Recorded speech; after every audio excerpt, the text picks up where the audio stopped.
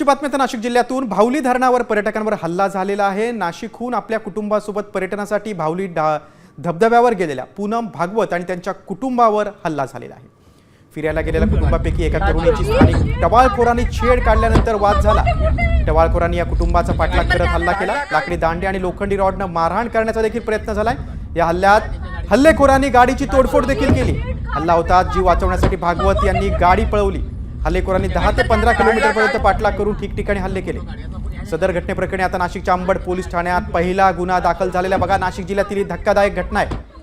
Ambad police आणि ग्रामीण पोलिसांकडून आता संयुक्तपणे आरोपींचा शोध घेतला जातोय। इगतपुरी तालुक्यामध्ये असलेल्या या भावली धरणावर हा संतापजनक प्रकार घडलाय। पर्यटनासाठी आलेल्या एका कुटुंबावर हल्ला झालेला आहे।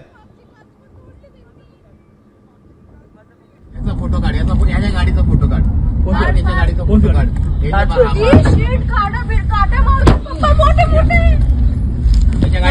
काढला काय याचा फोटो काढ, याचा फोटो, याच्या गाडीचा फोटो काढ, त्याच्या गाडीचा फोटो काढ,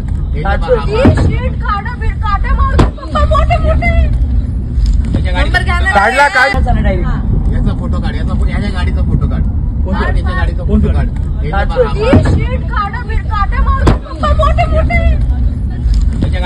काढला काय। या संतापजनक बातमीबाबत आपण अधिक माहिती घेऊया आमचे प्रतिनिधी अभिजित सोनवणे यांच्याकडून। अभिजित, खूप गंभीर ही सगळा प्रकार आहे आपण दृश्यामध्ये बघतोय। हे टवाळखोर कोण होते? पोलिसांनी काय आता कडक ऍक्शन घेतली आहे का? याचा फोटो काढ, याचा फोटो, याच्या गाडीचा फोटो काढ, त्याच्या गाडीचा फोटो काढ, त्या ठिकाणी अनेक पर्यटन स्थळ आहे, भावली धरण आहे, धबधब्यांचा परिसर आहे। त्यामुळे अनेक पर्यटक शनिवारी रविवारी त्या सगळ्या परिसरामध्ये आपल्या कुटुंबासकट पर्यटनाला जात असतात। मात्र आतापर्यंत अशा पद्धतीची कोणतीही घटना त्या परिसरामध्ये घडलेली नव्हती। मात्र नाशिकच्या या भागवत कुटुंबासोबत जी घटना घडलेली आहे, सुरुवातीला स्थानिक काही टवाळखोरांनी त्या कुटुंबातील एका तरुणीची छेड काढली आणि त्याच्यावरून हा सगळा वाद सुरू झालेला होता। मात्र त्यावर न थांबता या टवाळखोरांनी या कुटुंबाच्या गाडीचा पाठलाग केला आणि त्या ठिकाणी लाकडी दांडे आणि लोखंडी रॉडने गाडीची तोडफोड केली। कुटुंबियांना मारण्याचा प्रयत्न त्या ठिकाणी केलेला होता आणि त्यामुळे घाबरलेल्या कुटुंबाने त्या ठिकाणाहून आपली गाडी जोरात पळवली आणि त्याची कसबस नाशिक गाठलं आणि नाशिकच्या अंबड पोलीस ठाण्यामध्ये या सगळ्या संदर्भामध्ये आता गुन्हा दाखल करण्यात आलेला आहे। तब्बल 10 ते 15 किलोमीटरचा पाठलाग या हल्लेखोरांनी या कुटुंबाचा केलेला होता आणि त्यामुळे आता पोलिसांनी देखील या सगळ्या प्रकरणाला गांभीर्यानं घेतलेला असून व्हिडिओमध्ये दिसणारे जे हल्लेखोर आहेत त्यांचा शोध आता नाशिक शहर आणि नाशिक ग्रामीण पोलिसांकडून सुरू करण्यात आलेला आहे आणि एकूणच या सगळ्या प्रकारामुळे आता या सगळ्या भागामध्ये जाणाऱ्या पर्यटकांमध्ये देखील घबराटीचं वातावरण नक्कीच आपण बघतोय अभिजित, नाशिक जिल्हा हा पर्यटनाचा जिल्हा आहे, धार्मिक जिल्हा आहे। इगतपुरी परिसरात हे धरण आहे, संपूर्ण राज्यातून पर्यटक तिथे येतात। आता पावसाळी पर्यटन सुरू आहे, मात्र पोलिसांनी कोणाला ताब्यात घेतलंय का? कुठं काय क्ल्यू मिळालाय का? ही लोक कुठली आहेत?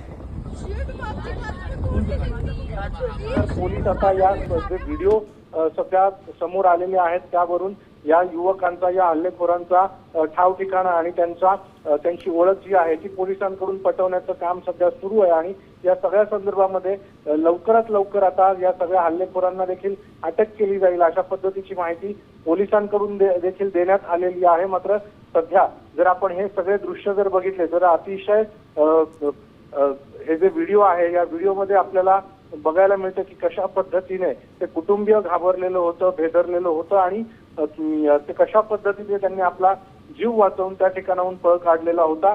धक्कादायक बाब म्हणजे यामध्ये या कुटुंबियातील मोबाईल असेल, सोन्याची चैन असेल, ती देखील या हल्लेखोरांनी पळवल्याची माहिती समोर आलेली आहे। त्यामुळे आता या सगळ्या संदर्भामध्ये आता पोलीस अधिकाऱ्यांनी आपला तपास अतिशय वेगाने सुरू केलेला आहे आणि या हल्लेखोरांना पकडण्यासाठी आता पोलिसांकडून आपली पथकं देखील रवाना करण्यात आलेली आहे आणि लवकरात लवकर या हल्लेखोरांना अटक केली जाईल अशा पद्धतीची माहिती जी आहे ती पोलिसांकडून देण्यात आली आहे। अगदी बरोबर अभिजित, आता पोलीस किती तत्परतेने तपास करतायत, कारण नाशिक जिल्हा हा कायद्याचा बालेकिल्ला असं म्हटलं जातंय। गेल्या काही महिन्यापासून पोलिसांनी अगदी कडक मोहीम गुन्हेगारांविरोधात राबवली होती।